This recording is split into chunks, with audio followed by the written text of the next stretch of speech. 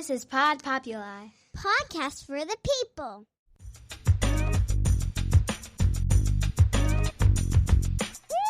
The Great Love Debate. It's the Great Love Debate. The Great Love Debate. It's the Great Love Debate. Hi again, everyone. It's Brian Howie. Welcome to The Great Love Debate, the world's #1 dating and relationship podcast. Since 2015, I am here in the very fine studios of Pod Populi, podcast for the people. I am here at the one in Scottsdale, Arizona. And at this time of year, it is the full Scots dazzle going on here. It's all they say in the brochure and more. I got Jake on the controls. Hi, Jake. Hey. Good. See, grumpy. People want Ariana on the controls. She's a little peppier. Anyway, so something I wanted to talk about, and I wanted to bring in a pro, and I will bring her in a second, that people bring up a lot at our live shows. They email a lot about it. And they say that they don't feel comfortable either going out into the world to date or jumping back into a relationship after they've gotten out of a past one, or until they feel they've hit a certain point physically, mentally, emotionally. And there is something to be said for that. And you should not get into a relationship or go looking for a relationship unless you are at a certain point and able to handle all of the twists and turns and repercussions that go into a relationship. But some people say, like, I want to make sure I'm my best self before I get there. That's a moving target. I don't think you ever quite get to your best self, or you shouldn't. You shouldn't be like, I'm done here. But every day there's a version of that self that I think you can achieve that will be attractive to others and will be attractive to yourself. So I want to bring somebody in here who has, I don't know if she's going to say she's living her best self, but she has a better self than me. She is the host of the Fit Mom Living podcast. Is that right? Yep. She has an FML hat on. It's very stylish. She has a lot of swag going on. And she knows a lot about this stuff. She knows everything about fitness and mental health and what should we do. She asked me what kind of iced tea I was drinking, and I was scared to answer because I was scared to be wrong, because I think she knows what the right answer is. Shannon Jay Dougherty, how are you? I'm fan-fucking-tastic. What is the answer to which iced tea should I be drinking? No, that's great. Iced tea is great? Iced tea's, you know what? I don't like rules, so drink whatever you want. No, really, but if I were walking in with Diet Coke, would you frown? No, I love Diet Coke. Do you? Mm-hmm. I actually tried to cut back, though, because I found myself drinking so many in one day, and I just had to take a little cut back. Everything in moderation. Yeah, I was That's one of my those rule. people. It is so, I was a Diet Coke guy for a long time, to the point where the bar where I used to watch football in Santa Monica, they used to call me Diet Coke guy because I would drink like pitchers of it. And in Los Angeles now, though, it's almost more socially acceptable to walk around drinking tequila than it is Diet Coke, because people are like, oh, don't you know about that? Don't you know about that? And less chemicals. yeah, but you drink it, huh? I do, the odd time. There's preservatives in there. I love Helps you water. keep young. I'm boring. Okay, so the concept of best self, is that a nebulous term, or do you think it's a specific target that people can kind of go towards?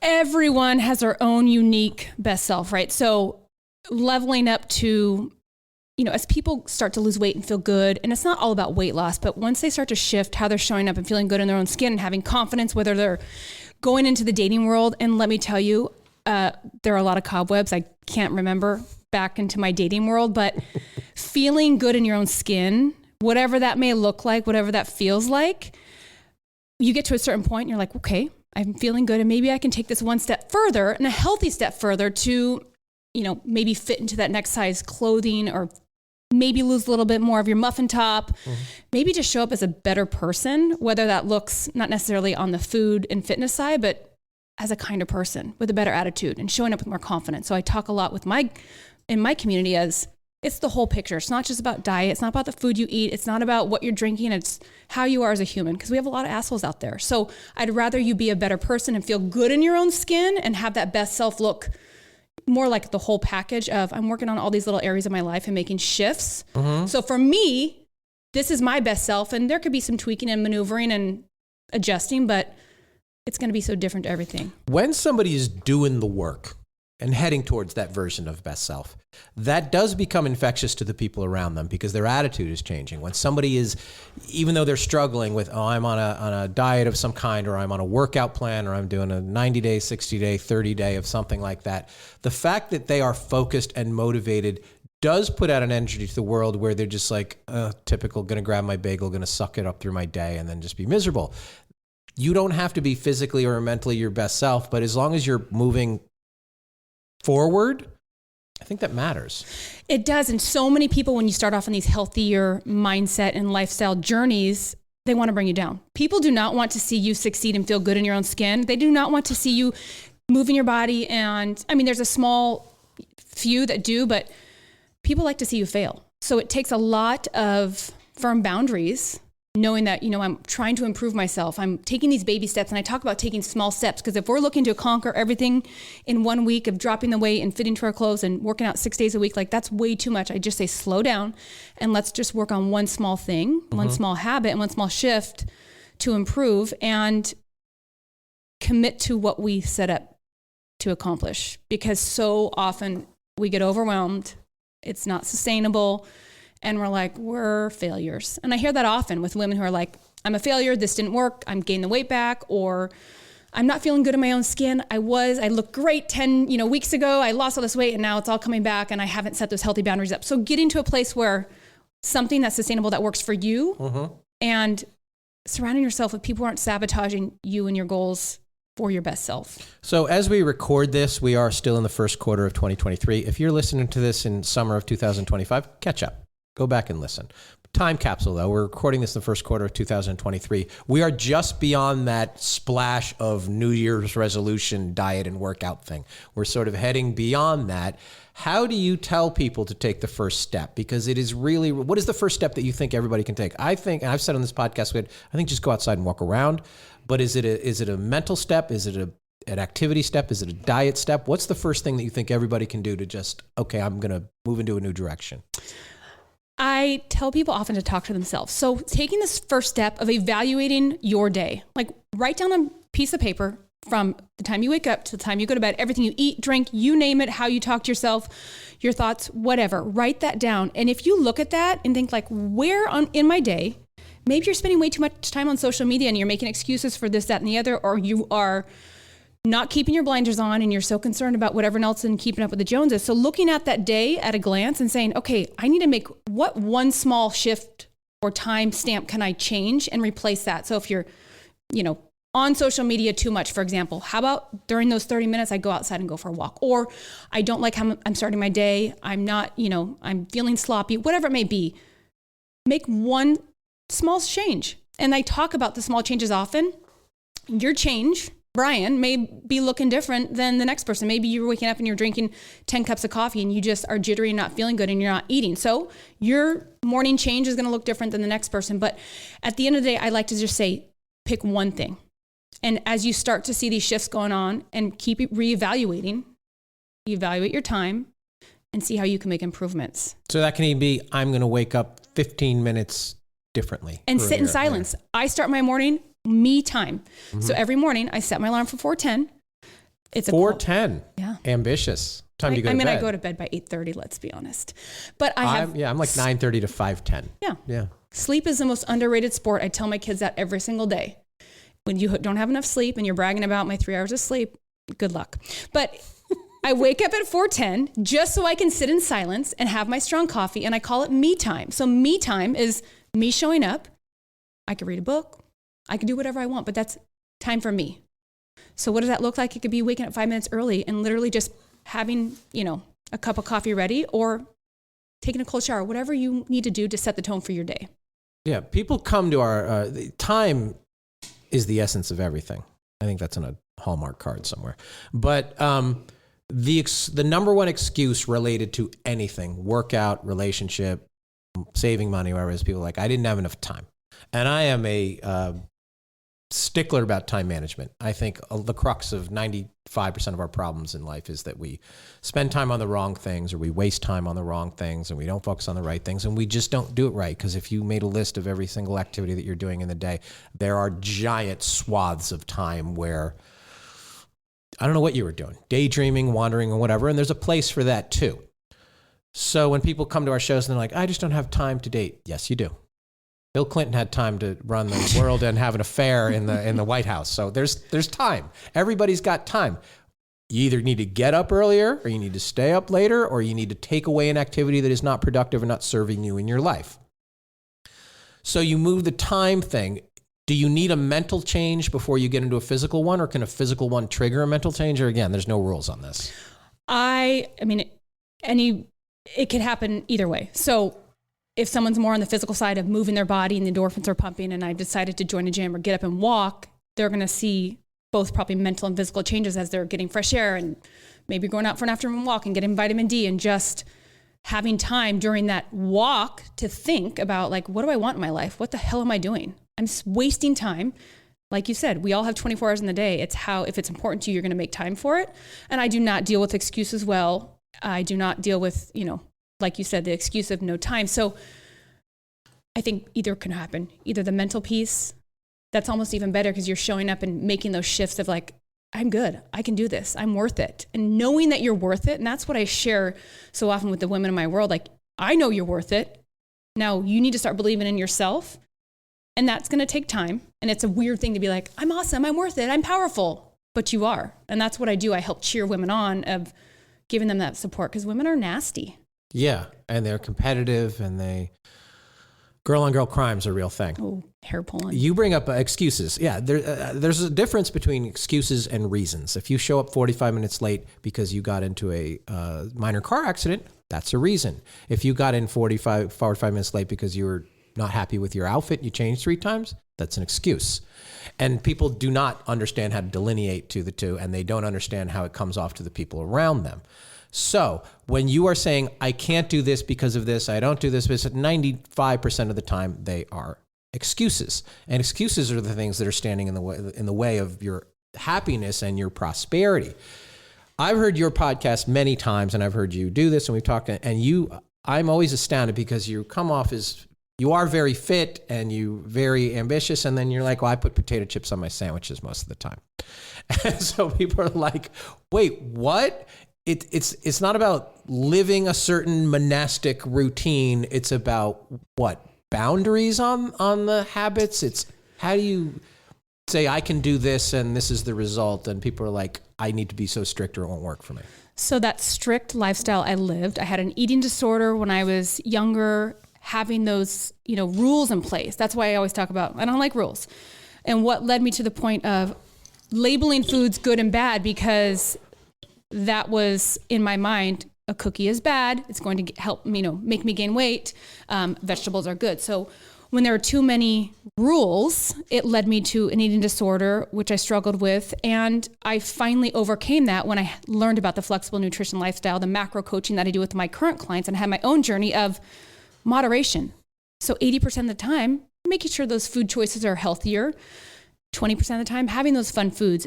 But when at the end of the day, I can fit the foods that I love into my allotted protein, carbs, and fats that I have, I show up differently. When I am restricting myself and then I want to binge, like it's just natural. When we're told we can't have that slice of cake, we want it even more. So we're going to figure out a way to get it, and then we're going to be miserable. So it's that psychology of, okay, I'm allowed to have this. I'm just going to have half a slice because I'm so satisfied. So when we give ourselves a little bit of treat, I have a piece of chocolate every day. So you can't look at that like I'm falling off the wagon and Absolutely I got to start not. all over. Is it a cheat day mindset? No, I don't believe in cheat days. I know you don't. So what? It's a cheat hour? It's a cheat meal? What, you don't like the food. It's fucking food. Jesus, criminy. It's like we put these labels on food, and I have... But how do you avoid the, it's just one cookie. It's just one cookie. So I teach my clients and my community, if you know every night you're like grabbing that piece of chocolate or you want that cookie, first thing of the day, when you sit down, maybe your me time in the morning, you enter a cookie in MyFitnessPal. It's an app I use to track macros, track your protein, carbs, and fats. It's in there. No guilt. You want two cookies? Great. And then you map your day around it. So it gives you the flexibility. Like you almost don't even want it because you're like, oh, that's too easy. Like I'm allowed to have that. When we allow ourselves a little bit of grace, we're not failures for having a fucking cookie. We are human. We can eat the fun things. We're supposed to have a cookie within this greater picture lifestyle. Is that what you're saying? Absolutely. Like that's living. Restricting ourselves and living off of food, 10 items on a food list, that's misery. All right. Well, we are living here. I'm with Shannon Jay Dougherty. We are talking about all things your best self, but we have to pay for things like cookies around here. So I got to take a quick break, and we will be back right after this. And we are back. Was there a moment, you said you had an eating disorder and self-esteem issues, and was there a rock bottom or a fork in the road, or this happened where you made a change? Was it somebody said something to you? What was it that triggered, like, I've got to change the way I live my life? Okay, after my second child, or actually after my first child, the postpartum pregnancy weight, and I thought, I have to get healthier. I need to be a healthier role model. I can't continue to live in this yo-yo dieting cycle, this terrible binge eating cycle, and I need to gain control. Like, it's up to me. Nothing changes if nothing changes. I tell people that every day. So you can complain about how you are. Or it just took that mental space in my, world of like, this has got to change. So I started with the flexible nutrition, which is such an amazing approach because I didn't have those labels. I didn't have restrictions. I can eat anything I want that fit into my macros and see results. It's almost too good to be true. And that's why I have the sandwiches daily. I have sandwiches daily with chips in the middle. Yes, I have chocolate every day. I have C's, candy, Scotch mallows every single day. There's a stash on my desk. So 10 years ago, 15 years ago, before tracking macros and before or during, the eating disorder I had, that would never have crossed my mind. I used to watch people eat pizza. Like every Friday night in our house is family pizza night. It used to be that I wouldn't have the pizza. And now it's entered in my fitness pal. I have the pizza. I track it, I eat it, I enjoy it, I move on. Does it mean you don't have 4 slices of pizza, or is it? Yep, I have 2 slices. Okay. Do you have to do something so you're not like, it's not like carbon credits. You have to do something to it. It's just, it is what it is. So I log that. So Fridays, I log in my fitness pal, 2 slices, 200 grams of pizza, let's say, and it's in there. Mm-hmm. So I map my day around it. Maybe earlier in my day, it's not going to be as carb heavy. Maybe I'll have less oatmeal in the morning, or maybe I'll have an open face sandwich. You make these swaps, right? Like we have choices to show up. Make these healthier swaps throughout the day so I can save a little bit more room for that pizza. So you were into your second child before you made a change. Mm-hmm. There was never a point before where, had you tried and you didn't, or was this like, this is not going to go on like this? I had dabbled into, I did a bikini competition. Oh yeah. It was a neon green little thing. My ass was hanging out, and that. Jake, you have Google, right? Okay. It was bedazzled. Speaking of Scottsdale.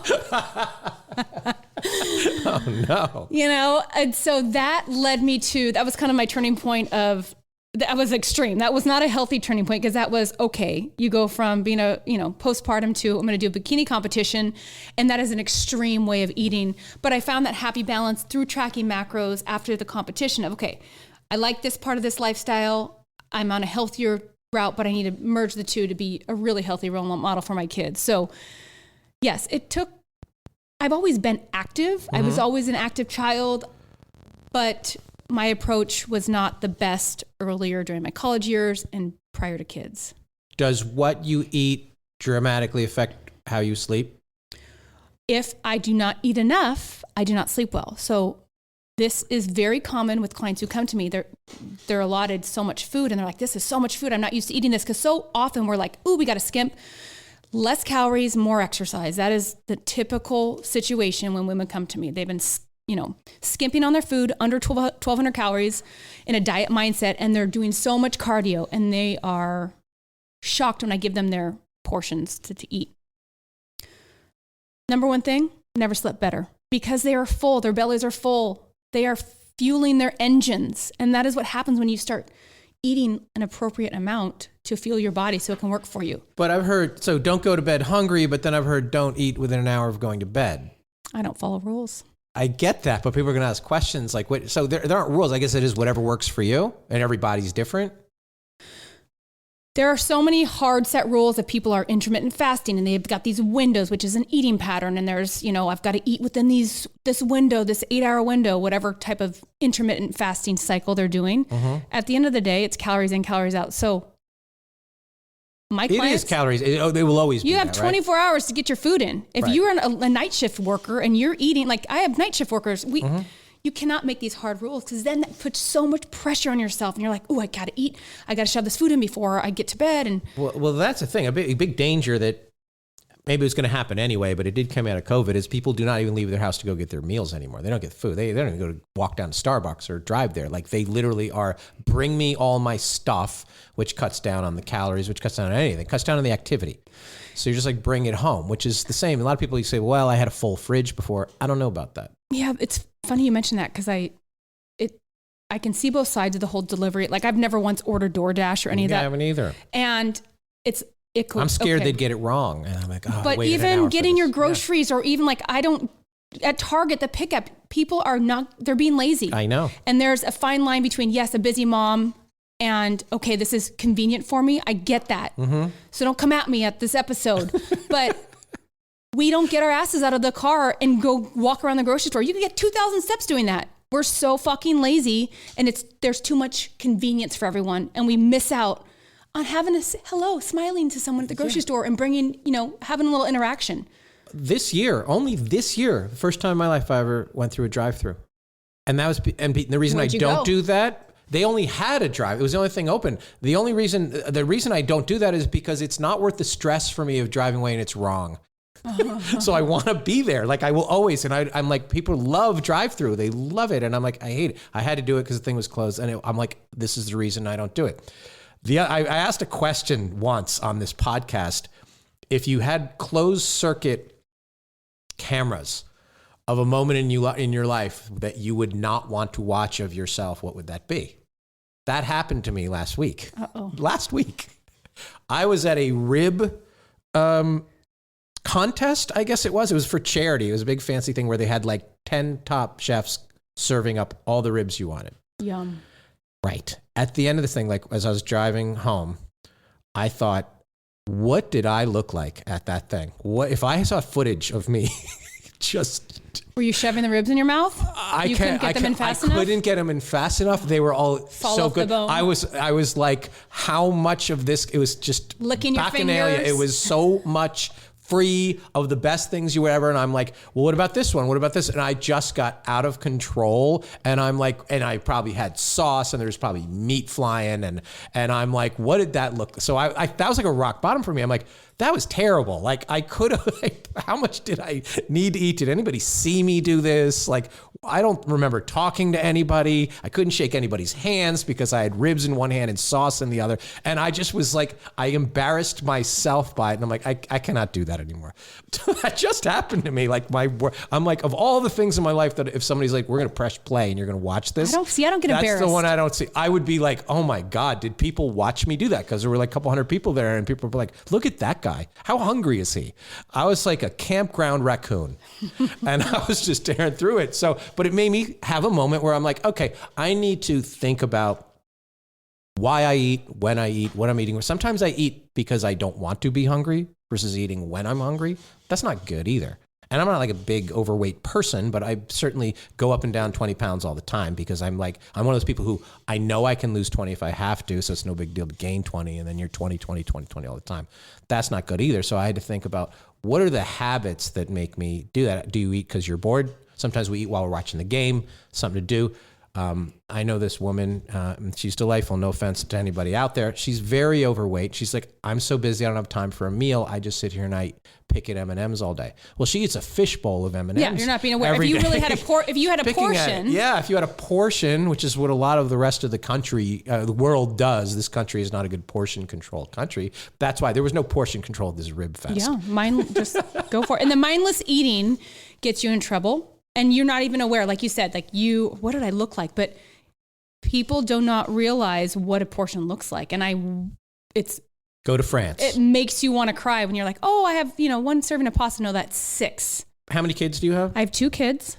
Do they eat the same? Or do you say this is what we're having and that's it? Or I don't make multiple meals. We sit down as a family. We have the same thing. Both of them are great eaters. My daughter will have like lox and cream cheese and bagels for breakfast with onions and capers. But she's got a great palate. My son is growing. He's almost 16. So he's eating us through the house, but they have been with me in the kitchen ever since they were little. So they are like wizards in the kitchen. And Mom, why do you put potato chips on your sandwich? they do the same thing.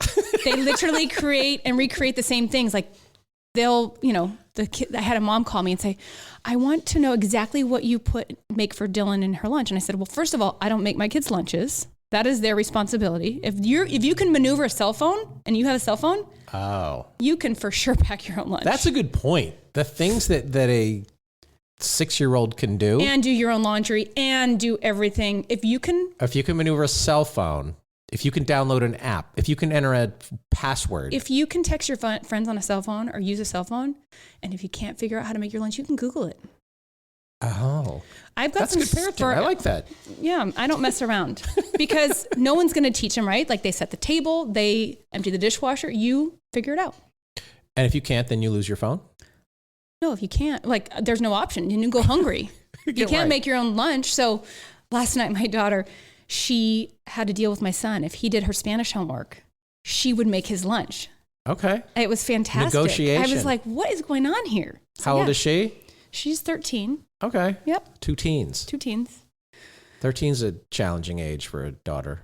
She's got her head on straight. She avoids the drama. She takes after me. Stay clear from the drama.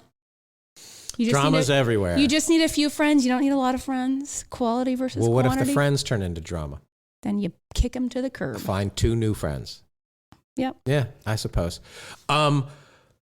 Mentally, is it taking inventory? Is it looking backwards? Is it looking forwards? Is it goal setting? How do we sort of rewire our mental focus? Because all of that trickles out down in not just to dating, but in the relationship you have, the communication that you have. You have to sort of clear your thoughts and understand who you are and what you want to be so you can figure out how you can incorporate another person into that. Yeah. Right? Looking back is going to do, we can learn from our past experiences, but when we're dwelling on like, oh, this didn't happen in a past relationship or whatever it may be, you have to look forward and just set the tone for, okay, today I'm going to show up in a different way. I'm going to work on this, and this will lead me to perhaps finding my love or being a better partner in this relationship and being open to, yep, I'm going to first serve myself, because if I'm not feeling good in a relationship or I'm not feeling good, like trying to date someone, that's going to, how I carry myself and my energy, that's going to come off in the wrong way. So really just the small changes I talk about, all right, I'm going to start incorporating making shifts of the food I'm eating, better choices. And what does better choices look like? Okay, you went through the drive-thru last week for the first time, but maybe every single day I go through the drive-thru and I have the same fried chicken sandwich. Okay, I'm not telling you to stop doing that, but why don't we make the grilled chicken sandwich? So small shifts of how you show up. Okay, instead of having the Coke or the Mountain Dew, maybe let's just swap that out with water. So these healthier swaps for you to show up in a different way. Small swaps. I'm talking small that you are realistic. I never wanted you to tell you to get rid of something, but just make a change to improve one meal, one day at a time. And all those little habit stacking tips will pay off. And if you're somebody like, all men are jerks, all women are crazy, or vice versa, that's like saying all carbs are bad. They're not. Nope. Carbs give you energy. Are there good carbs and bad carbs? Well, absolutely. There are better carbs. I don't like to, label, but obviously having a deep fried donut versus having vegetables or fruit. Yep. They're both carbs. They're both going in the carb category. A croissant, with butter and fat. Is there no bad fruit? I read that the other day. I was like, When we start picking apart if this fruit or you don't like good and bad, right? No, because that puts labels and that gets in our head and that fucks with our mind. And then we're like, oh, I can't have an apple because it's got too much sugar in it. It's going to make me gain weight. Well, too much of anything is going to derail your goals. Right. So, okay, maybe you have, less of something, but the time we start saying fruit's bad or vegetables are bad or this is bad and this bad, get on with your bad self and change your mind. Has you being happier, better, whatever the word you want to use, with your own self, how has that affected your relationship? I show up differently. So when you feel good in your own skin, when you fit into your clothes, when you look good naked, so many women come to me, I just want to look good naked. You never really think about it until you're naked and you're like, I don't look so good. Or then you go and try and put on your jeans and your muffin top spilling over and you're like, ugh, I feel like a fat sausage. So whatever you have going on, and once you start seeing those changes and your confidence, arises and you're like, wow, I can take on the world.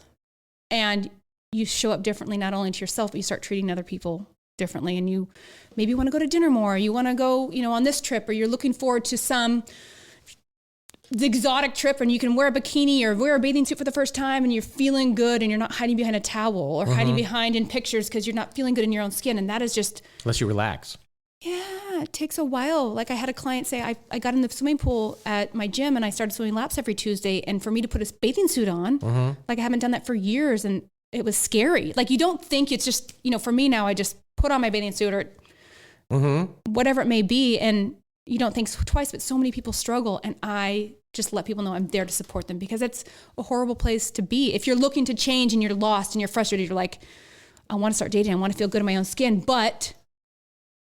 Well, yeah, so many people. I mean, we are recording this in Arizona. We recorded last week in Florida, and you are a lot more time in a bathing suit, socially or otherwise, in the course of the year. And a lot of people dread summer dating because of that. A lot of people like fall and winter dating because you're either hiding under 4 layers of clothes or the lights are off. Oh, I never thought about that. It's a huge thing. And it's like, people are like, I can't live in warm weather climates because of that. People think of that. I need more clothes. I need to hide behind something. It's got to be rough. Or if you don't feel 100% and you're in a social environment or a barbecue with a lot of women or men who feel absolutely awesome and they can't wait, then you come off as shy and reserved and nervous and all that. It's a challenge, Yeah, there's so many layers of feeling good. Yeah. And when you're feeling good, you forget that, okay, this person is hiding behind the picture or their beach towel because they just are feeling crummy in their own skin. And it's a horrible place to be. But on the flip side, you've got to take action. Right. So if you're you're such a bad place and you're wanting to change, like, it's possible. Right. It's just taking that step. And that step is hard. And you don't have to, I don't think, find your best self for a lifetime, but I think you have to find your best self for the day. Start there. What is the best version of me today? And then hope to carry whatever that is into tomorrow. That is kind of the baby steps. You know? You have to one change day that. at a time. Because if we think too far in the future of our goals and then we feel like the failure comes because we didn't get there. I need to lose 20 pounds by my wedding. And those deadlines, remove the deadlines, remove the rules, focus on your protein, and just start making healthy swaps. Showing up in some better form than the day before, like you mentioned. Okay. I'm going to let you plug your whole FML empire in a second, but this is your first time on this podcast. You're very good. You do know your shit. Every time I ask you a question, you have an answer. Oh, gosh. I like that. So I'm going to ask you a question right now. Every guest we have on here, we play something called worst date or first date. So I know you've been out of the pool for a long, long time, but think back to your swinging single days. Either the worst date you've ever had or the best first date you've ever had, your choice. Well, I know everyone's on the edge of their seat, so this is not like, we'll just morph this into my first date was at actually a baseball game. Ever? No. Oh. With the person who I'm married to. Oh, okay. With my husband was, that guy. It was actually here in Arizona, but it was on Halloween. His birthday's on Halloween, and I was Judy Jetson. Oh. I came to Arizona and was at Club Rio, or some place that's torn down by now. And I had, it was like we met, and we hit it off from there. But I was Judy Jetson. I had this big skirt on, and I was like, this is me. No, that's not very exciting, but he had turned into, he doesn't dress up for Halloween, but he took one for the team, and I don't even know what he was. But anyway, fast forward, we've been married 18 years. And we got married how about our first marriage story? We got married in a courthouse because he was going to be deported because he's Canadian. So we had to get married within 2 weeks. And I was like, what is going on? This is not the fairy tale proposal I wanted. Well, did you dress as Judy Jetson for that? So no. But we got married in Oxnard Courthouse in Oxnard, California. Oh, Oxnard's lovely. It's like strawberry. I don't have an exciting. That was good. dating. I like the Judy Jetson thing. I once met a girl at a Halloween party. She was a smoking hot Cruella de Vil. Oh yeah. So I asked her out. I went to pick her up. What happened to Cruella de Vil? Like, she should have just been full-time in the costume. Yeah, she was better at Cruella than... So much better. Is there anything wrong? Like, some people want to leave the Christmas lights up all year round. Yeah. Just put on your best costume all year round. I think that's fine. Judy Jetson. All right, plug your podcast and your brand, and how can people get in touch with you? FML, not Fuck My Life. It's actually Fit Mom Living, fitmomliving.com. The podcast is what do we have here? Fit Mom Living Podcast. And feel free to reach out on Instagram, Facebook at Fit Mom Living. And I'm going to just give you my email address. If you want to ever email any questions, frustrations, concerns, or just, want to rant or let me give you a pep talk, sjd@fitmomliving.com. I'm here for you. I'm here for all your struggles, the good, the bad, the ugly. I'll help you. You were great. Thank you for doing this. Don't be shy about putting out your email address. I'm going to give you ours now. greatlovedebate@gmail.com. Here's why. I've been teasing this for 3 weeks now. You guys keep sending them in, so I'm kind of hesitant to draw the line on this, but I am going to do this next week. Our 2023 worst cities in America in which to find love. I usually cobble that list together and announce it myself. Some of them are my opinion. I'm not doing that this year. This year I am taking your candidates, and some of them are absolutely terrible. You're picking some of the best places, and you're like, it sucks for me. It's you. It's not the city. You have one more week to get them in. greatlovedebate@gmail.com, and make the argument about why your city is the worst place in America to find love. Phoenix area a couple times has been in the top 5 on that list as the worst. Do I need to go back on the dating circuit? No, it's 5. Oh. It's terrible here. Oh, it's 5. Oh. Yeah, it's Okay. and we are right here. This is the epicenter where we're sitting right now of cougar hell. Oh, yeah. That is where this is right. I believe that Bedazzled. bar across the street is literally ground zero for a divorced 48-year-old trying to date a 25-year-old. That's right there. It's right there across the street. So shoot us an email, greatlovedebate@gmail.com. Go to greatlovedebate.com. The tickets for our 10th season live tour grand opening night. It is February 16th at the Boca Black Box Center for the Arts in Boca Raton, Florida. The South Florida shows are always nuts because South Florida is always one of the worst places to find love in America. Get tickets for that at greatlovedebate.com or bocablackbox.com. And please like, share, follow, review not just this podcast, but Fit Mom Living too, because as always, at the Great Love Debate, we never stop making love. See you next time.